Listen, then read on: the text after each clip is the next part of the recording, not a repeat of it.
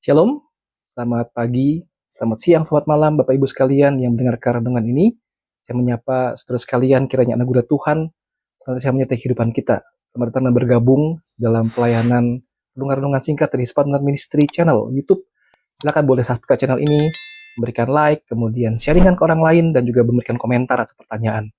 Saudaraku sekalian, lebih kurang 10 hari lagi kita akan merayakan Natal. Sudah siapkah kita?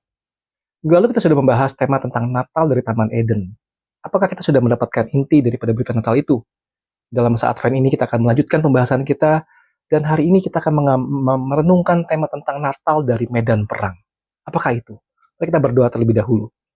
Tuhan Yesus, kami bersyukur buat berkat Tuhan kepada kami sampai pada hari ini. Berkatilah kami dalam persiapan kami menjelang Natal dalam masa Advent ini, boleh semakin memahami makna Natal yang sesungguhnya. Dalam Tuhan Yesus Kristus kami bersyukur dan kami berdoa. Amin. Saya ambil bagian daripada Yesaya 7 ayat yang 14. Saya bacakan buat saudara sekalian. Sebab itu Tuhan sendirilah yang akan memberikan kepadamu suatu pertanda.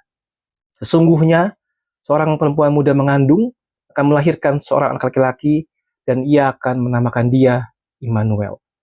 Saudara, bagian ini adalah sebuah nubuat dari Nabi Yesaya. Saya mengajak kita melihat sekilas apa latar belakangnya. Waktu itu kerajaan Israel terpecah dua.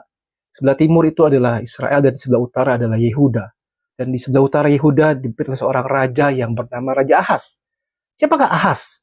Ini 2 Raja-Raja 10, saya bacakan. Ayat yang ke-2.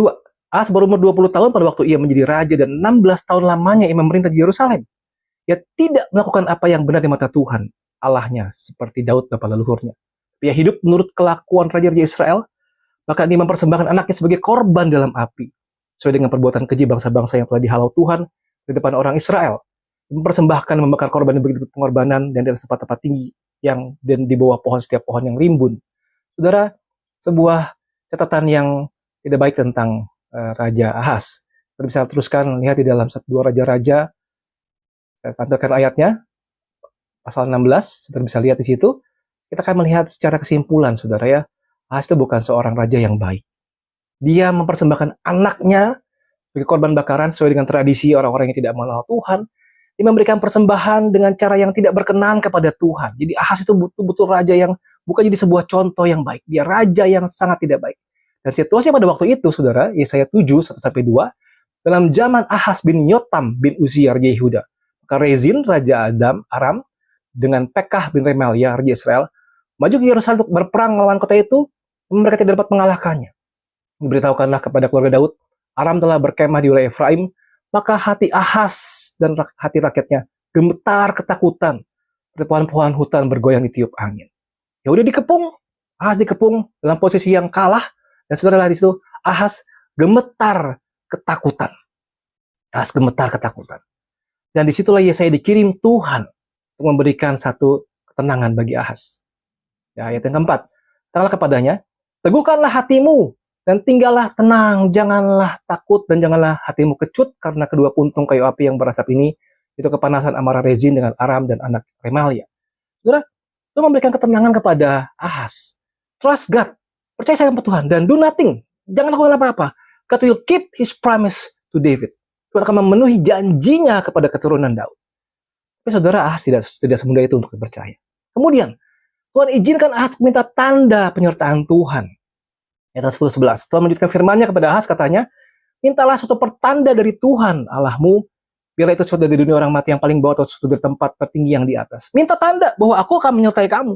Ahaz menolak, saudara. Ahaz menolak. Aku tidak mau meminta, aku tidak mau mencobai Tuhan. Saudara, terkesan jawaban Ahaz terkesan itu saleh. Saya nggak mau minta tanda. Tapi sebetulnya, saudara, tidak mau minta tanda karena dia tidak mau percaya kepada Tuhan. Hati Ahaz penuh dengan ketidakpercayaan, penuh dengan penolakan kepada Tuhan. Dan apa respon Tuhan, saudara? Ayat 14. Tuhan sendiri akan memberikan kepadamu suatu pertanda. Sesungguhnya, seorang perempuan muda mengandung dan akan melahirkan seorang laki-laki dan ia akan menamai dia Immanuel. Immanuel. Saudara, apa yang bisa kita pelajari? Immanuel itu berarti God is with us. Allah beserta dengan kita. Kita tidak perlu takut kepada apapun, siapapun yang mungkin melakukan satu hal yang berbahaya bagi hidup kita. Allah beserta dengan kita. Saudara, bayangkan situasi pada saat berita itu disampaikan dalam situasi medan perang seperti itu. Saudara, apa yang terjadi?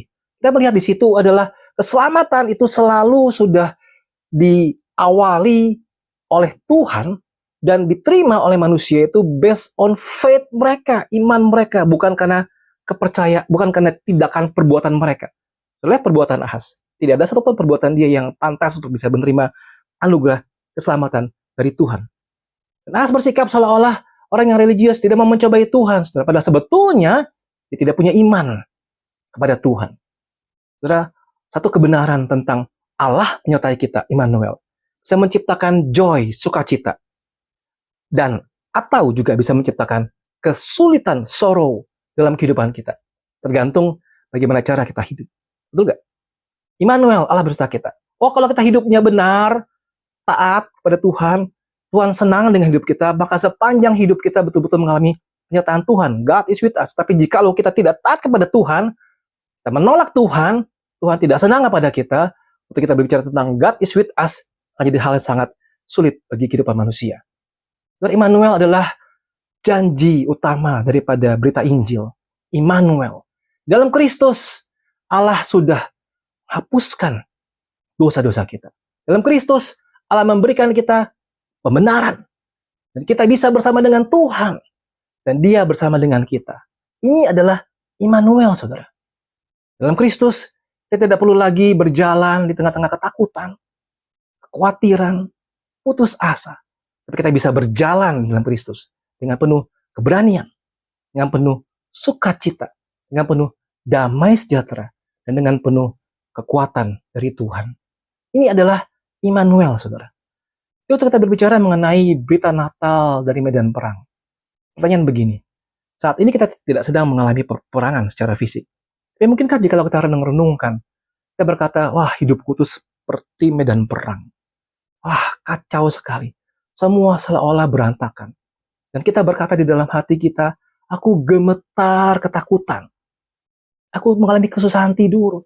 Aku jadi tidak nafsu makan. Aku penuh kerisauan dan kecemasan. Aku penuh dengan segala macam hal yang buruk dalam hidupku. Dan 11 bulan. Langkah rasanya begitu lambat. Aku begitu gemetar ketakutan. Kita di dalam medan perang. Atau kita sedang berperang melawan keinginan daging kita. Dosa-dosa kita. Pencobaan yang muncul sekitar kita yang dari hati kita asalnya. Kita tidak berdaya. Kita betul-betul susah sekali. Berada dalam sebuah medan perang. Saudara, berita Natal disampaikan dalam situasi yang seperti itu. Immanuel. God is with us. Saya bacakan sekali lagi. Tuhan sendirilah yang akan memberikan kepadamu suatu pertanda. Sesungguhnya seorang perempuan muda mengandung dan akan melahirkan seorang anak laki-laki dan ia akan menamakan dia Immanuel. Immanuel, Allah beserta dengan kita. Terus kalian, ada sebuah pujian, sebuah lagu. Saudara bisa cek di YouTube channel saudara masing-masing. Judulnya Immanuel, dikenal oleh Michael Card. Saudara, lagunya sangat indah sekali. Saudara coba dengarkan setelah renungan ini selesai. Bahwa ada Immanuel. God is with us. Allah beserta dengan kita. Jika Allah beserta dengan kita, siapa yang bisa melawan kita? God is with us, Immanuel. Orang-orang yang hidup di dalam kegelapan, dalam bayang-bayang maut. Jangan khawatir. Meskipun kelihatannya sudah tidak ada lagi pengharapan. Tapi lihatlah, Immanuel, Allah beserta dengan kita. Saudaraku, 9-10 hari lagi kita akan merayakan Natal. Kita akan mengakhiri tahun 2024. Saya tidak tahu bagaimana kehidupan saudara sekalian. Saya hanya bisa berdoa dan berharap kiranya firman Tuhan ini boleh memberikan kekuatan kepada kita. Bahwa Immanuel, God is with us. Tuhan bersama dengan saya, Tuhan bersama dengan Anda, Tuhan bersama dengan kita semua. God with us, Immanuel. Terus memberkati. Amin.